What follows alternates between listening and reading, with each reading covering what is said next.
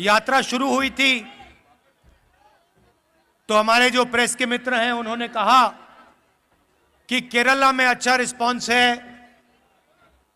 उत्तर भारत में यात्रा को रिस्पांस नहीं मिलेगा, महाराष्ट्र में, कर्नाटक में नहीं मिलेगा। कर्नाटक में बीजेपी की सरकार है, कर्नाटक पहुंचे तो केरला से बेहतर रिस्पांस कर्नाटक में मिला। फिर मीडिया ने कहा कि भाई कर्नाटक में मिल गया रिस्पांस, महाराष्ट्र में नहीं मिलेगा। मेरा महाराष्ट्र पहुंचे, कर्नाटक से बेहतर रिस्पांस। उसके बाद कहते हैं मध्य प्रदेश में बीजेपी की सरकार है, नॉर्थ इंडिया है, वहां पे तो सवाल नहीं उठता, वहां पे लाखों लोग आ गए बाहर सड़कों पे, गांव के गांव, शहर के शहर बाहर आ गए।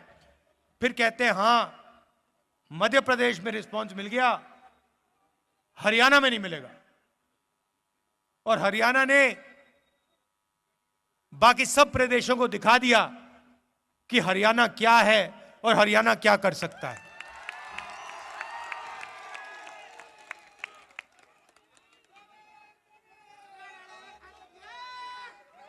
और जो हमने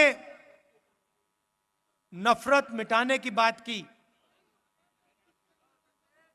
डर मिटाने की बात की, वो सचमुच हमें इन सड़कों पे आपने दिखाया है। इस यात्रा में किसी ने गलत तरीके से किसी से बात नहीं की। कोई गिरा, चाहे हिंदू हो, मुसलमान हो, सिख हो, ईसाई हो, मैंने अपनी आंखों से देखा। जैसे ही गिरा, यात्रा ने उस व्यक्ति को अपने गोद में लिया। किसी ने नहीं पूछा भाई तुम हिंदू हो, मुसलमान हो, सिख हो, ईसाई हो, कौन सी जात के हो, ना। जैसे ही कोई गिरा वैसे ही पूरी यात्रा ने,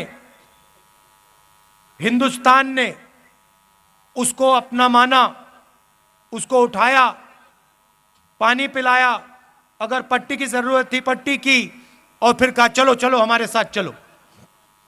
यह आपने दिखाया हमें, और यह नई चीज नहीं है।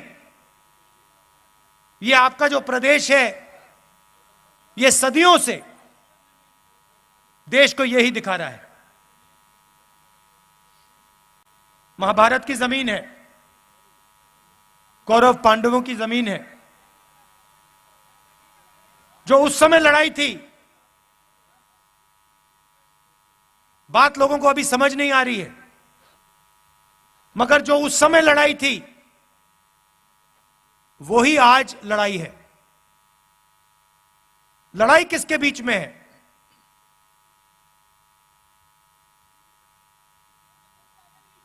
नहीं, देखिए पांडव कौन थे? अर्जुन, भीम, ये लोग कौन थे? ये लोग तपस्या करते थे। ये लोग तपस्या करते थे। क्या पांडवों ने इस धरती पे नफरत फैलाई थी क्या? आपने महाभारत पढ़ी है, क्या उसमें लिखा है कि पांडवों ने किसी गरीब व्यक्ति के खिलाफ अपराध किया? कहीं लिखा है? पांडवों ने डिमोनेटाइजेशन किया क्या? नोटबंदी की थी क्या? गलत जीएसटी लागू की थी क्या? कभी करते? कभी नहीं करते। क्यों नहीं करते? क्योंकि वो तपस्वी थे और वो जानते थे कि नोटबंदी, गलत जीएसटी, किसान बिल इस धरती के जो तपस्वी हैं उनसे चोरी करने का तरीका है।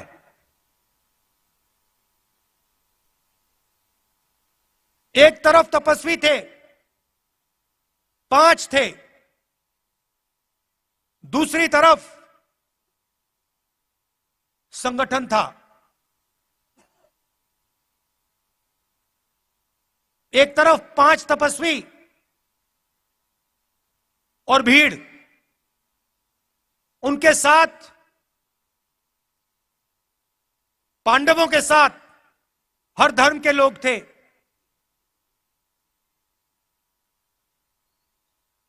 जैसे यहां पे यात्रा चल रही है, इसमें कोई ये नहीं पूछता भैया कौन हो, कहां से आए हो। मोहब्बत की दुकान है ये। पांडवों ने भी, आप याद रखिए, आप याद रखिए, पांडवों ने भी अन्याय के खिलाफ काम किया था। पांडवों ने भी नफरत के बाजार में मोहब्बत की दुकान खोली थी। देखिए पुलिस वाले सिर हिला रहे हैं, देखिए मुस्कुरा के सिर हिला रहे हैं पुलिस वाले, समझते हैं ये। भैया कैमरा इस साइड मत दिखा देना, फंस जाएंगे। गलती से भी मत दिखा देना। कौरव कौन थे भैया? कौरवों के हाथ में 21वीं सदी के कौरव बता देता हूं। 21वीं सदी के कौरव हाफ पैंट, खाकी हाफ पैंट पहनते हैं, हाथ में लाठी लिए होते हैं और शाखा लगाते हैं। उनके साइड में, उनकी तरफ हिंदुस्तान के 2-3 सबसे अमीर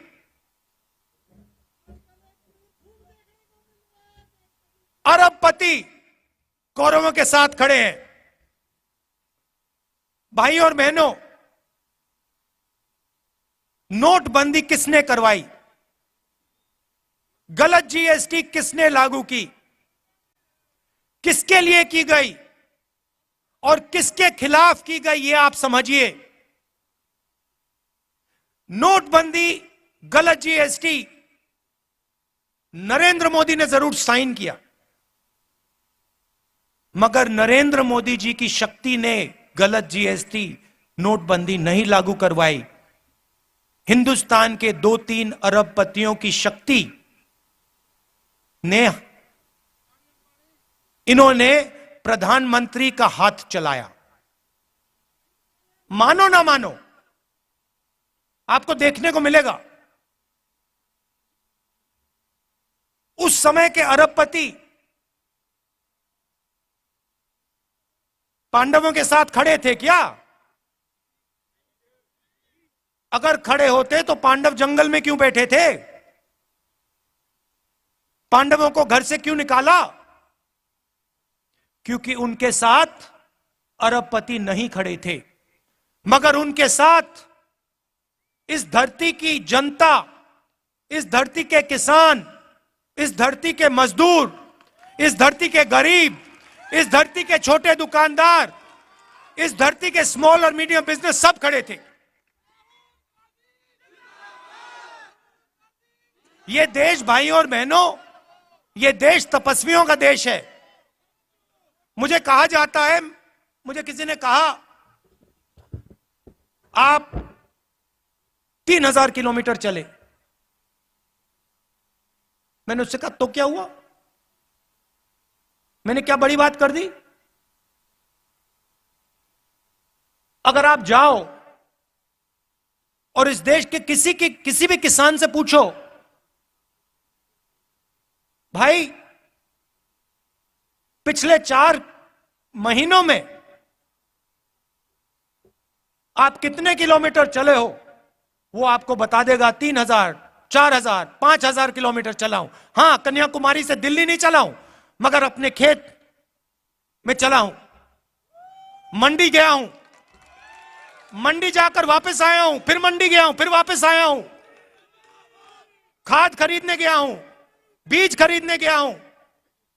मैंने क्या बड़ा काम किया? कुछ नहीं।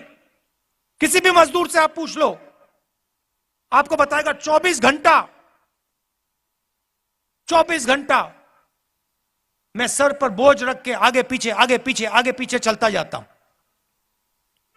वो ये जो घड़ी है ना फिटबिट वाली, ये जो मैं पहना हूं, जो किलोमीटर दिखा देती है, वो नहीं पहनता है। इसलिए उसको शायद पता नहीं लगता कितने किलोमीटर चला है।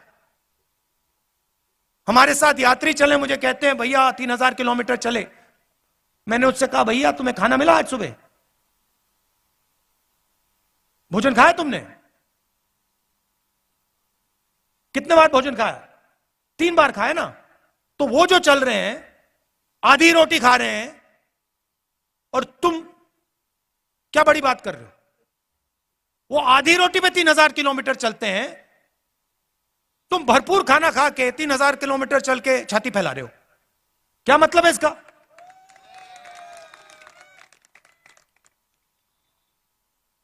फिर ये मेरी टी शर्ट के पीछे पड़ गए।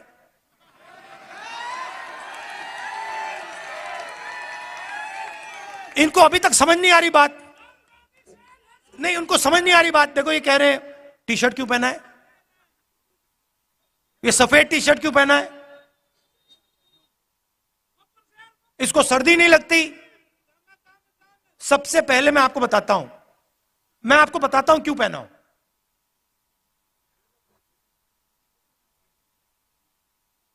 यात्रा शुरू हुई, केरला में भयंकर गर्मी, ऐसा लग रहा था भैया टी शर्ट उतार दो।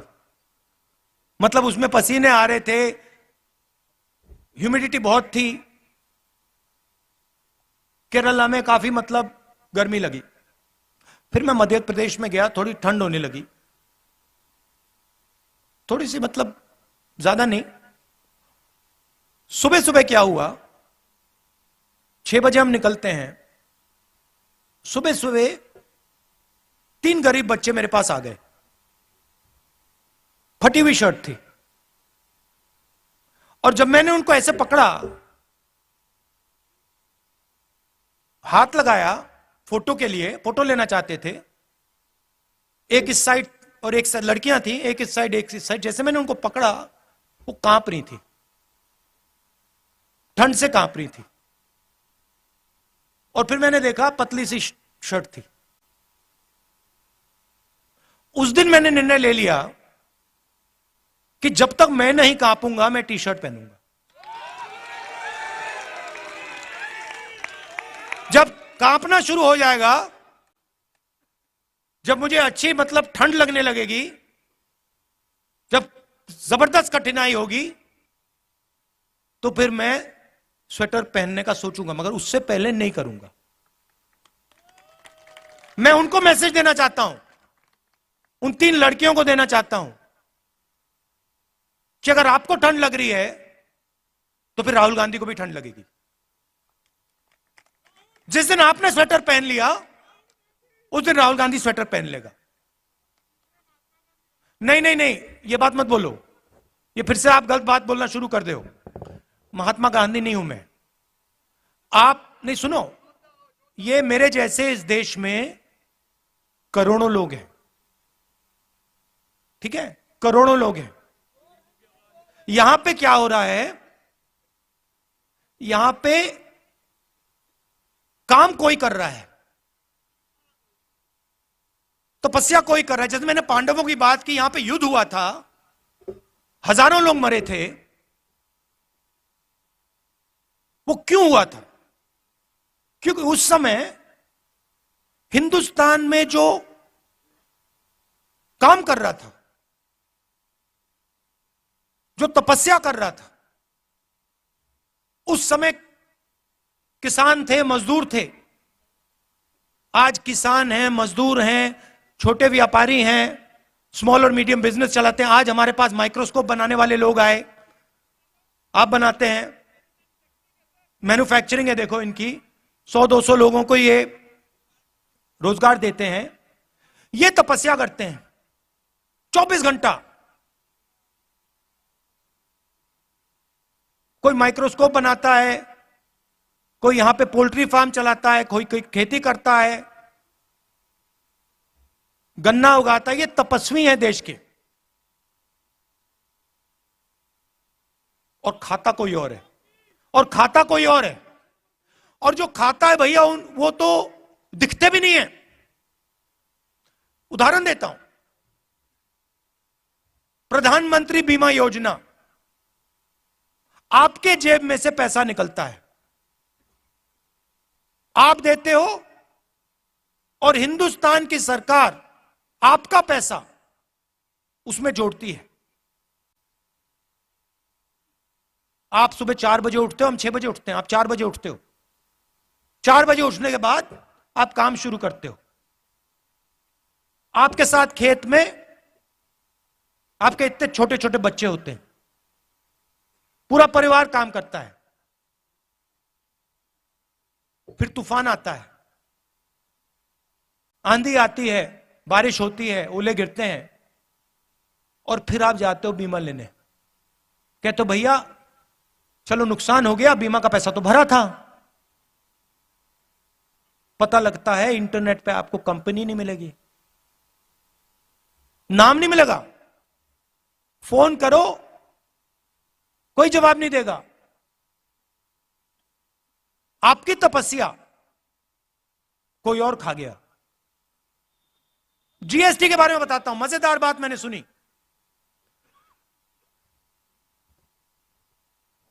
अगर आप, चाहे वो मैदा हो, गुड़ हो, अगर आप 25 किलो से कम मैदा गुड़ अपनी दुकान में बेचते हो, छोटे व्यापारियों की बात कर रहा हूं, अगर 25 किलो से कम बेचते हो तो आप पर जीएसटी लग जाती है। और अगर आप 25 किलो से ज्यादा बेचते हो आप पे जीएसटी नहीं। मतलब छोटे व्यापारी पे जीएसटी, अदानी पे जीएसटी नहीं। क्यों? आपने क्या गलती की? अगर आप पे लग रही है तो उन पे लगनी चाहिए, अगर उन पे ना लगे तो आप पे ना लगे। किसान आए हमारे पास, एमएसपी की बात की। हिमाचल प्रदेश में मैंने आज अखबार में पढ़ा, सेब का पूरा व्यापार एक उद्योगपति के हाथ में। जम्मू कश्मीर जाएंगे, पूरा का पूरा सेब का व्यवहार उसी उद्योगपति के हाथ में। नहीं हुए भैया, क्योंकि शहीद जो होता है उसको शहीद का दर्जा मिलता है।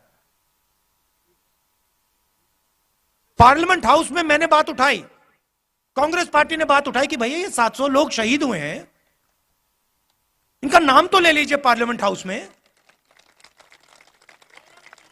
शहीद का दर्जा तो दे दीजिए। प्रधानमंत्री कहते कोई शहीद नहीं हुआ। हमने मौन करा दिया वहां पे, मैं खड़ा हो गया, मैंने कहा भैया हम तो मौन करेंगे। स्पीकर गुस्सा हो गया मुझसे, कहते देखिए पार्लियामेंट हाउस में जो 700 किसान शहीद हुए हैं उनके लिए 2 मिनट मौन नहीं रखा जा सकता है। हम जानते हैं कि शहीद हुए, उनके परिवार जानते हैं कि शहीद हुए, हिंदुस्तान की सरकार नहीं जानती, उनके लिए नहीं शहीद हुए। मगर वैसे मैं उनकी बुराई इतना नहीं करना चाहता, वो करने जो कर रहे हैं करने दो उनको। मैं क्या चाहता हूं कि जो तपस्वी है, चाहे वो किसान हो, मजदूर हो, छोटा व्यापारी हो, जो वो तपस्या करे, गीता में लिखा है। क्या लिखा है गीता में तपस्या के बारे में? बताइए भैया, आपसे ले रहा है। तपस्या करो और फल मत देखो।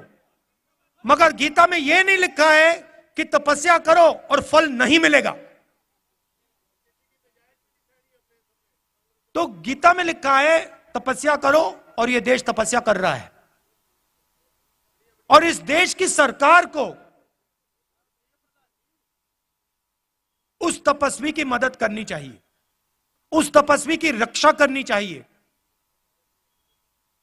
ऐसा हिंदुस्तान में देखना चाहता हूं। यात्रा का यही लक्ष्य है। यात्रा का लक्ष्य यह है, यात्रा देश को यह बता रही है कि आपकी तपस्या जाया नहीं जानी चाहिए।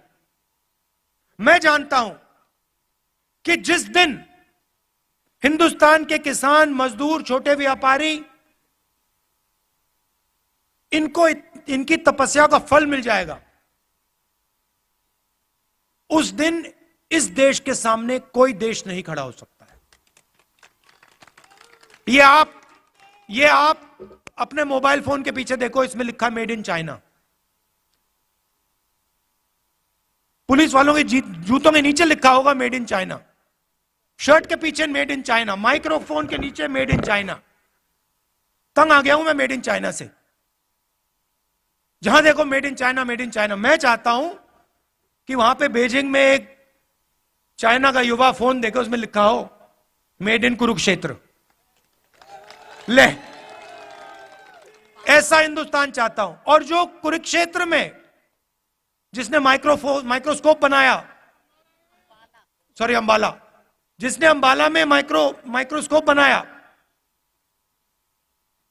उसके जेब में चाइना के युवा के पैसे आए। यह चाहता हूं मैं। तो मगर सबसे पहला कदम डर और नफरत को मिटाने का है। देखिए, हरियाणा में युद्ध हुआ था, पांडवों ने डर और नफरत को मिटाने का काम किया था। जैसे मैंने कहा, नफरत के बाजार में मोहब्बत की दुकान खोली थी। और ये मैं नहीं कह रहा हूं, ये मत सोचिए कि मेरा नारा है। मेरा नारा नहीं, उनका नारा है। ये पांडवों का नारा है, ये पांडवों का नारा है, ये भगवान राम का नारा है, ये इस देश का नारा है। और हजारों सालों से यह नारा चल रहा है। ये कुछ नया काम नहीं किया मैंने। आखिरी बात कहना चाहता हूं, और ये आपको मालूम होनी चाहिए। देखिए, जब भी मैं चल रहा हूं, जहां भी मैं जाता हूं, राजस्थान में जय सिया राम, जय सिया राम। अच्छा, ये आरएसएस वाले हर हर महादेव तो कभी नहीं कहते। आप देखो, नोट करो, कभी नहीं कहते ये। क्यों नहीं कहते? नहीं, मैंने सोचा इसके बारे में, क्यों नहीं कहते हर हर महादेव, क्यों नहीं कहते?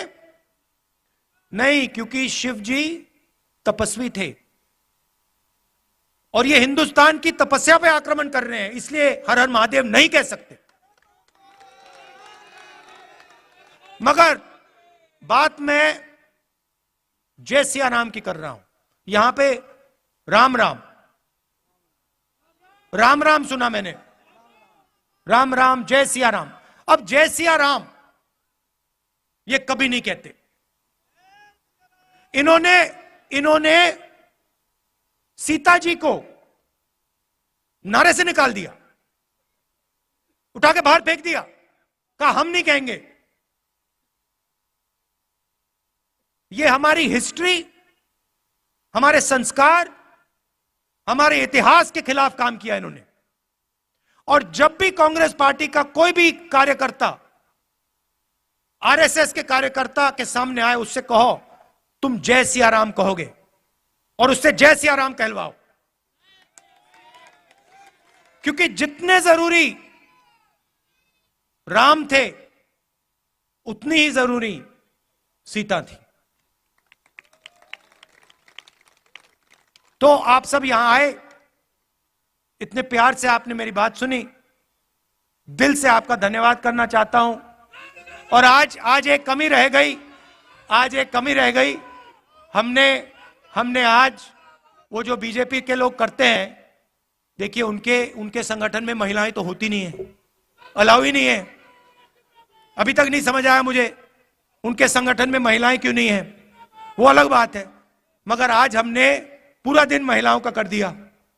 तो जो हमारे पुरुष हैं उनको आज थोड़ी मुश्किल हुई, आप अंदर नहीं आ पाए, आप मिल नहीं पाए, तो मैं आपसे माफी मांगना चाहता हूं। और कल दोनों स्त्री और पुरुष का दिन है, तो आप सब लोग आ पाएंगे और आपसे मिल सकेंगे। दिल से बहुत बहुत धन्यवाद। नमस्कार। जय हिंद।